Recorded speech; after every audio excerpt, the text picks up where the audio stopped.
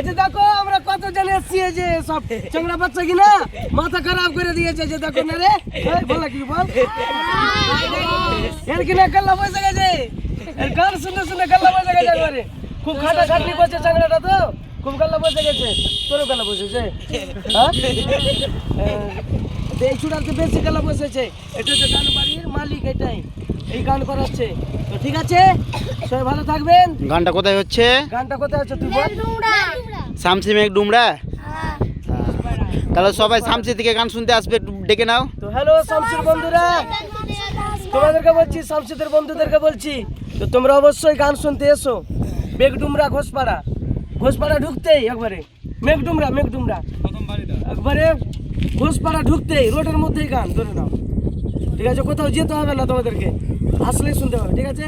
একটু হাই করে সবাই।